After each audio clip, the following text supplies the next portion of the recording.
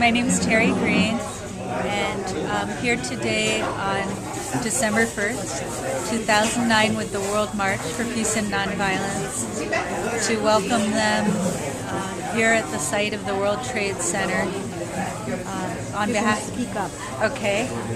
on behalf of our organization that Ann Mulderry and I belong to, of September 11th Families for Peaceful Tomorrows. The march has come to honor the victims of September 11th and the attacks on the World Trade Center, and also my brother died aboard United Flight 93, which crashed in Shanksville, Pennsylvania. It was on its way to the Capitol. And of course another plane crashed at the Pentagon. And so after the attacks of September 11th, many of us families, and there are over 200 members of Peaceful Tomorrows, formed our organization to turn our grief into actions for peace. And so our name, September 11th, Families for Peaceful Tomorrows, comes from the quote from Martin Luther King Jr. that wars make poor chisels for carving out peaceful tomorrows. We also at the 5th year anniversary of September 11th, we're fortunate to have a gathering in which family members representing organizations from many of the world's countries, which have also suffered. Their members have suffered from political violence, have formed together, gathered and formed together an international network for peace. And some of our members include families. We're inspired very much by families who had lost children, called the Parent Circle, which include both Israeli and Palestinian families working together for resolution to the conflicts in their countries. And we also had representatives from South Africa, Father Lapsley, who had lost himself, been severely injured in a letter bomb while he was working on behalf of groups organizing against apartheid, and he led the reconciliation process in South Africa. We had families from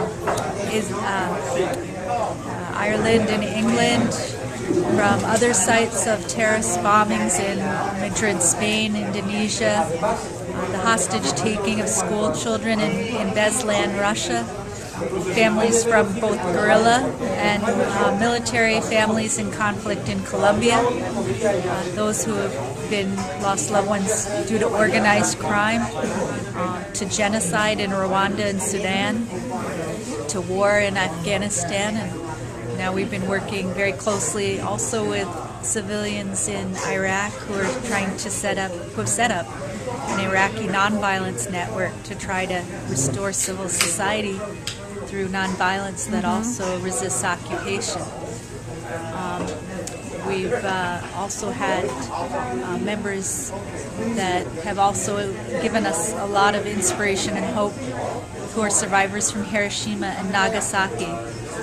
So in connecting to the World March for Peace and Nonviolence, these organizations and September 11th Families for Peaceful Tomorrows are every day dedicating ourselves to promoting nonviolence as a means of resolving conflict. And we find that more and more and throughout time, I suppose, that there have been many rationales for using violence as an approach for a gain.